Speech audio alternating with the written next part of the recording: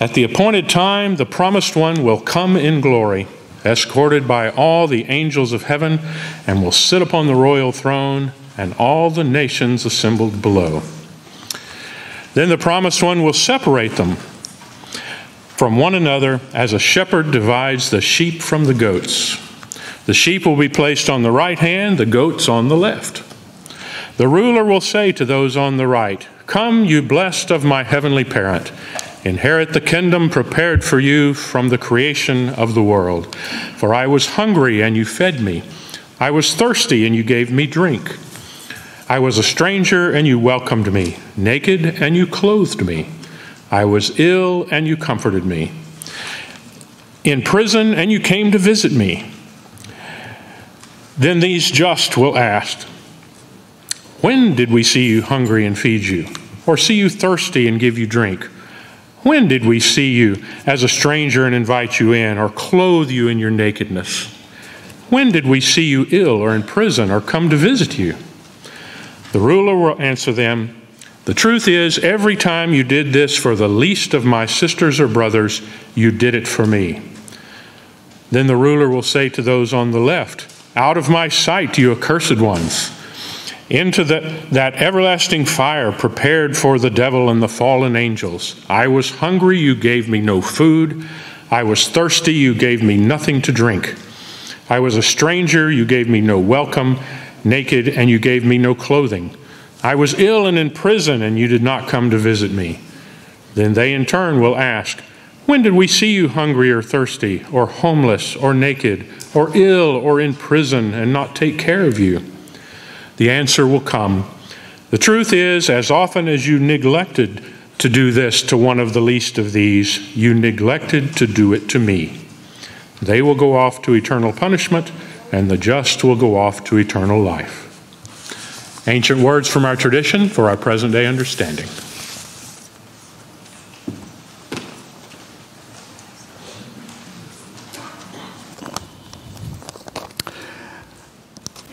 We will get to that strange little parable in a second. I just want to let you know that for the fall sermon series, we were doing a series on the parables. We're going to interrupt that to do a series through the fall on prayer or meditation or means for like spiritual attunement, because one of the real challenges for progressive religion is how to be scientific and activist and artistic and mystic. Because I think most people, somebody asked me before church, one of the college students is in a new place and are wondering how they find a church that even asks that question.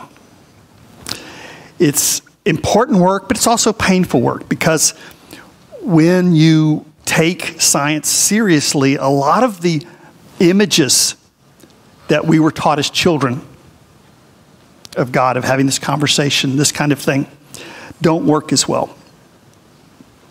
And so what we're trying to do is figure out how we can be both socially responsible, scientific, rational, reasonable, but also not be ignorant of that deep subjective wealth that we call the spiritual life, that doesn't get measured, that goes to a profound place within each of us. So anyway, that will be our next sermon series. Today we're looking at goats and sheep.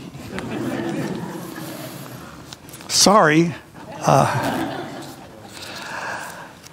And it's very strange. What I realized when I was looking at this and watching other sermons on this topic is how people get distracted by the imagery of the parables. I mean, people talking about the sheep and the goat. What's the difference between sheep and a goat? Why are the goats in trouble? Why are the sheep? I mean, everybody that I've ever met that works with sheep is not impressed with their intelligence. Put it as tactfully as I can. Is the problem that goats are just too think for themselves? Is that the problem?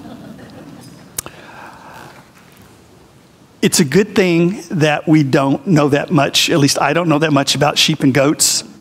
because that's not really the point. When you come up with an allegory, with a metaphor, you're not really talking about that particular subject. I know in sermons, I'm in trouble because I try to think of like a really picturesque image to make a point. And I can always tell when it was so picturesque, they're not listening to the sermon anymore. People are off thinking about what that image was. One of the first sermons I did was a very fatal mistake in terms of the sermon. I was talking about Noah and the flood. So I wanted to get across how horrific that is if you take it literally. And I made the mistake of beginning the sermon by talking about all the dead bunnies that the boat would bump up against as it was floating along.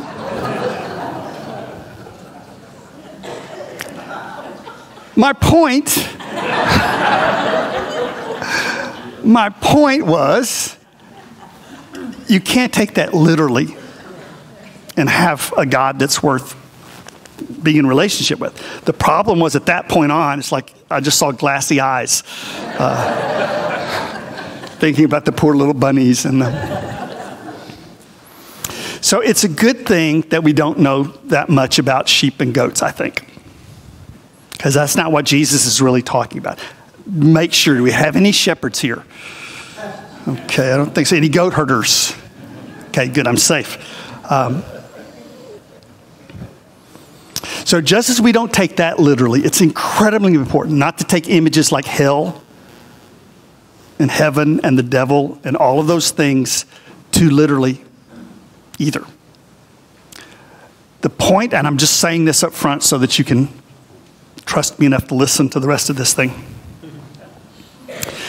The punchline is not going to be that certain people that do things wrong, that aren't compassionate enough, go to hell.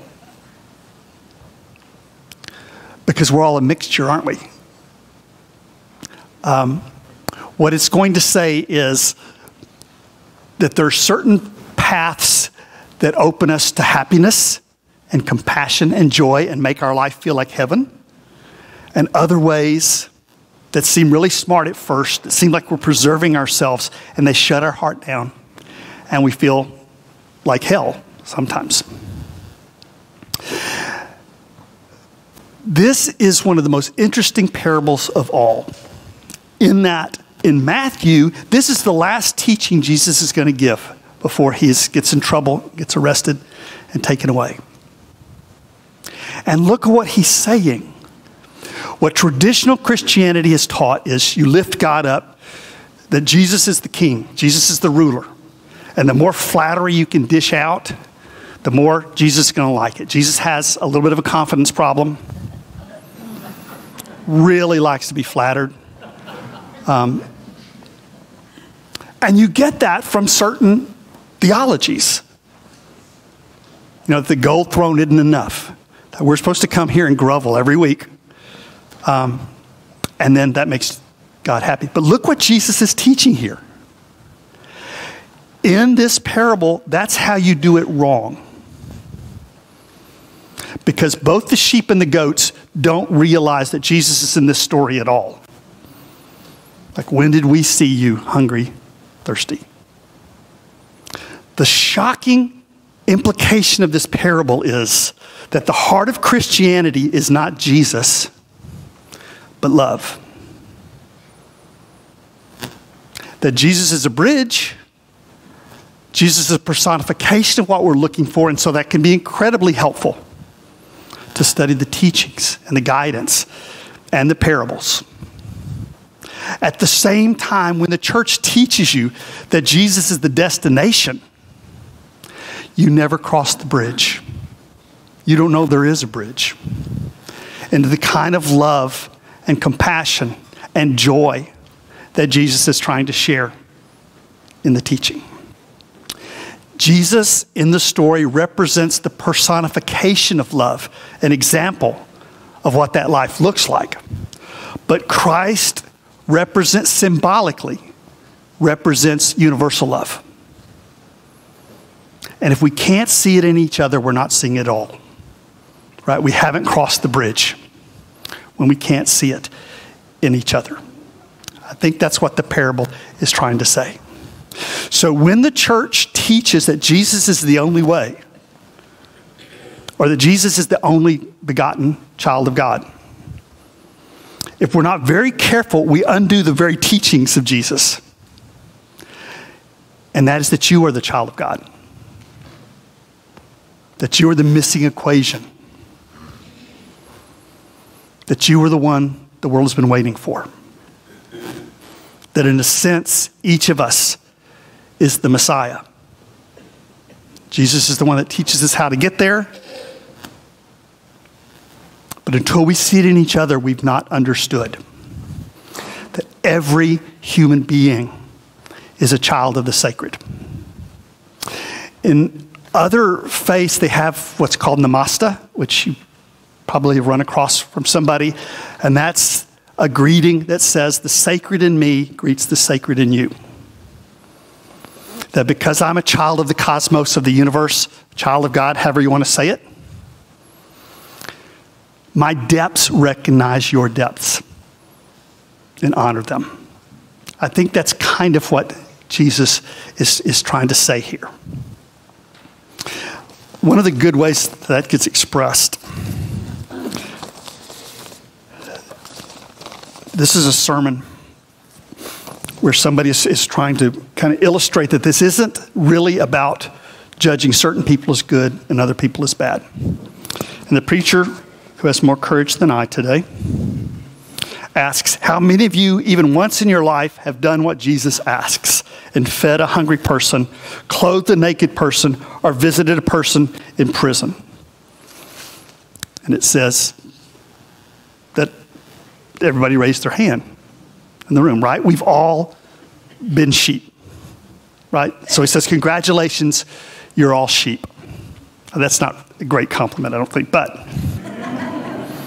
that whole shepherd sheep thing, I don't know if you ever noticed, but you're getting the short end of the stick on that thing. Then, something very interesting. He says, how many of you, even once in your life, have walked by a hungry person, failed to clothe a naked person, or not visited someone in prison? It says, slowly, everybody raised their hand. Right? And the preacher says, that's too bad, you're all goats. Okay, here's the punchline. Preacher says, this story is not calling us to try single-handedly to meet the needs of the world's poor or solve all the social problems around us. The story calls us to practice recognizing Christ, to take delight in another and one another and in every human being just because they exist. To respond to need, yes, out of love for God, whose children we are. So you get that? It's like we all are sheep some days and goats the other. Right? You couldn't separate the human heart and put part of it in heaven and part of it in hell. It depends on the time of day, right? So it's talking about a kind of division in the human heart. And it's important to know that's there. It's important to know that at every moment we're choosing between love, desire, fear, those kinds of things. And certain decisions lead us to wholeness of heart. And other decisions wound the heart, shut it down. But nobody can keep their heart open all the time. That notion of loving universally all the time is a burden that nobody can carry. That's not what Jesus is talking about. How do I know that? The story begins with the kind of thing that most preachers ignore. And that is that in the story, the human one, the Son of Man is the literal translation, the human being that Jesus is representing, has come to judge the nations. Did you get that little detail? So we're talking about something that's a mystical revelation, but it's also political. Let's say a hypothetical leader of the world who saw immigrants as rapists and thieves. I mean, I can't imagine a barbarian ruling any kind of a decent place, but can you imagine somebody who vilifies the weakest and most vulnerable people? Jesus is saying That is a judgment, not of humanity, but of that empire. Right? The whole parable has a mystical setting with political ramifications.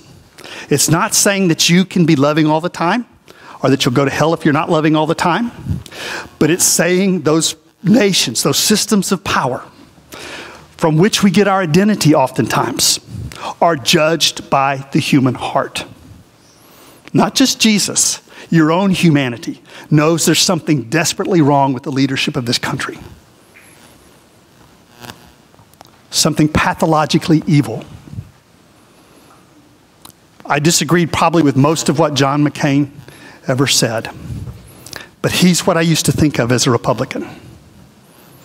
I don't even recognize the party now. It's one thing to have made a mistake and voted for Donald Trump. That's forgivable.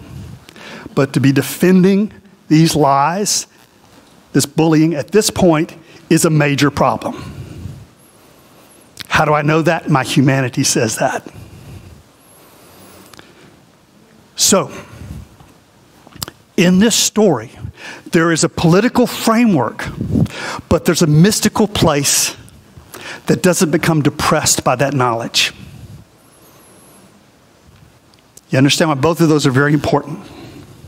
There is a depth in you that is a product of the cosmos. And actually every person, including our leader. At some level, every one of us is a child of God, a child of the cosmos. And that gives us peace beyond the divisions of things. The punchline is not that you need to take care of all the poor of the world. That's a good thing when you can do it. But what really is being talked about is recognizing the sacred in the other. That's the bottom line. Because we can give out charity and not care about someone else. But to see the face of God in the weak, the villainous, the bully, the bullied, gives us a peace beyond the struggles of the world. What a gift that is.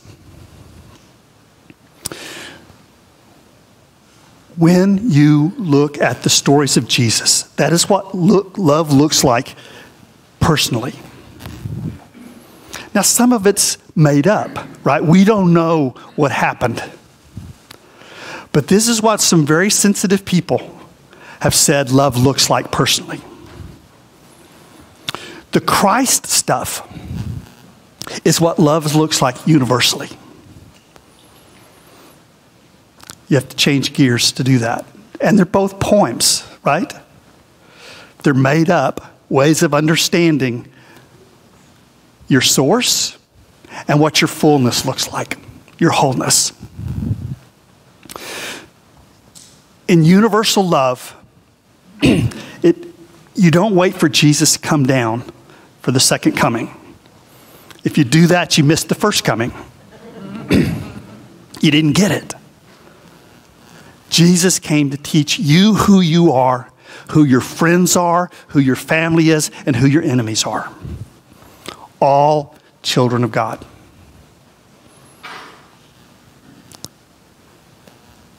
You don't have to let your love be eclipsed by somebody else's confusion, pain, mistakes.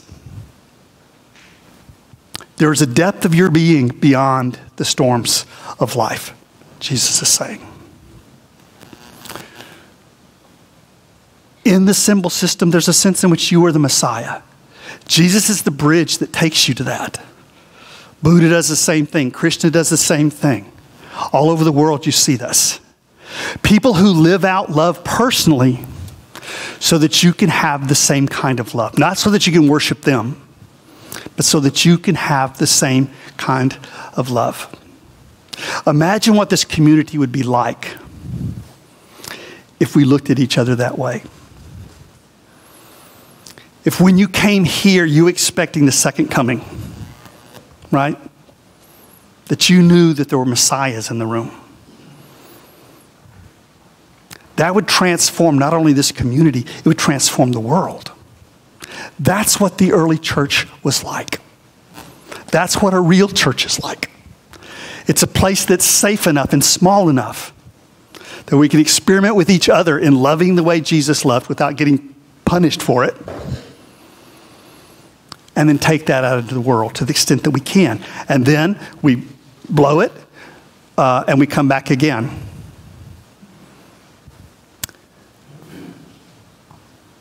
What a gift that is to the world.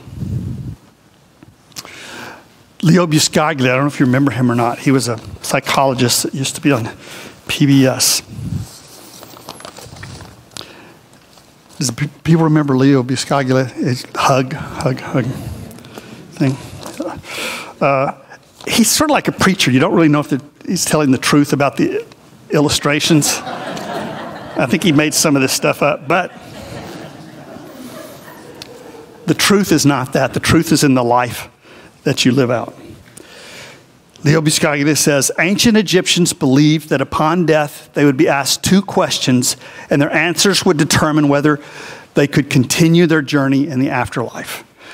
The first question was, did you bring joy? The second was, did you find joy? It's about love. It's about happiness. It's about peace. To get to that, we need symbols, stories, rituals, all of that. That's where a community that's religious can help one another go into those depths.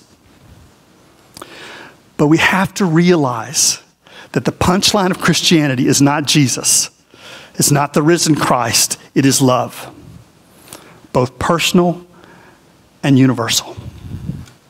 And as far as the judgment goes, we go through it every day, right? We're both sheep and goats. The idea of punishing one of us without punishing the rest of us doesn't make any sense. I think what Jesus is trying to say in this parable is that the more that we can open our hearts, the more our lives will feel like heaven. The more we let pain shut our hearts down, the more it will feel like hell.